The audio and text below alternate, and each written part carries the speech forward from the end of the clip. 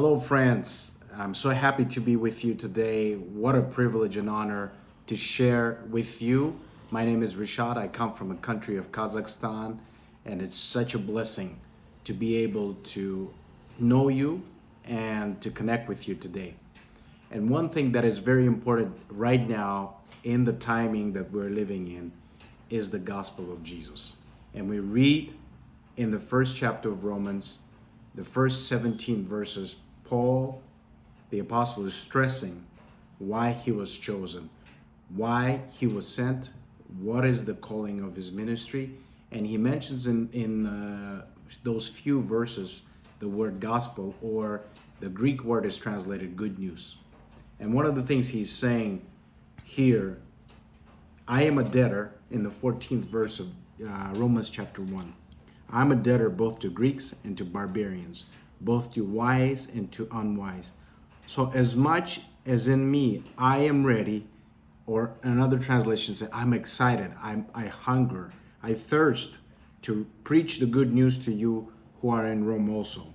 For I am not ashamed of the gospel of Christ, for it is the power of God to salvation for everyone who believes, to the Jew first and to the Greek.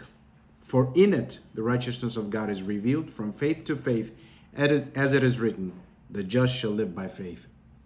So I want to plead with you today and say that today 80% of believers, unfortunately, all around the world, they do not share their faith on a regular basis.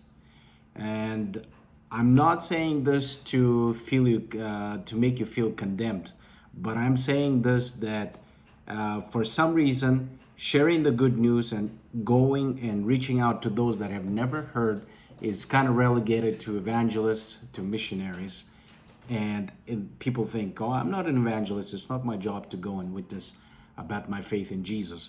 But actually, Jesus is the one that said to his followers, you shall receive the power and will be my witnesses in Jerusalem, in Judea, in Samaria, and to the ends of the earth. So it's the calling of God for every one of us to be sharing good news with those people that don't know. And today there are billions of people that don't know about Jesus. There's thousands and thousands of cultures and languages that haven't been translated, or the gospel or the Bible has not been translated into.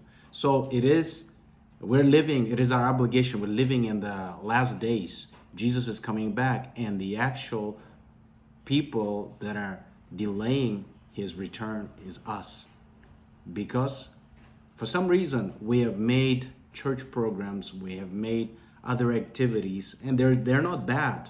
I'm not saying it's bad, but if we have made those things more important than sharing the good news to those that never heard about it. And you don't have to go to a foreign country. You don't have to be on a missionary trip to do that. Actually, the mission trip starts outside of your door. Once you walk out, there's so many people that are passing us by every day, and they have never heard about Jesus. And they probably will never step in church for whatever reason. You know, they could be Muslim, Hindu, Buddhist, and for them it's culturally forbidden to go to a church building. But you could be the only church that they can ever meet. You could be the only Bible that they would ever read.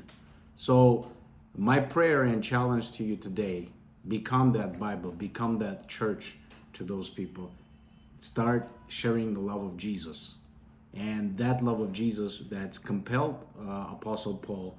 And I like what he says in Passion Translation, Romans chapter 1:14. Love obligates me to preach to everyone, to those who are among the elite and to those who are among the outcasts, to those who are wise and educated, as well as those who are foolish and unlearned. So it's the love of God that obligates him or us. It really pushes us to see an eternal destiny of a person that is on the way to eternal death in hell. If we really believe that hell exists and really believe heaven is real, then let's do everything. Let's put our lives on the line to reach people, to tell them about this love of God, to share the gospel, the good news, or the joyful news of the love of Jesus for them, because he's coming back. Today, We're seeing more and more every day. We're seeing the signs of the end times. So many things happening, earthquakes, floodings, there's wars and rumors of wars. Everything that was spoken by Jesus in Matthew 24, it's accelerating its pace every day. So the challenge to us, let us not be asleep.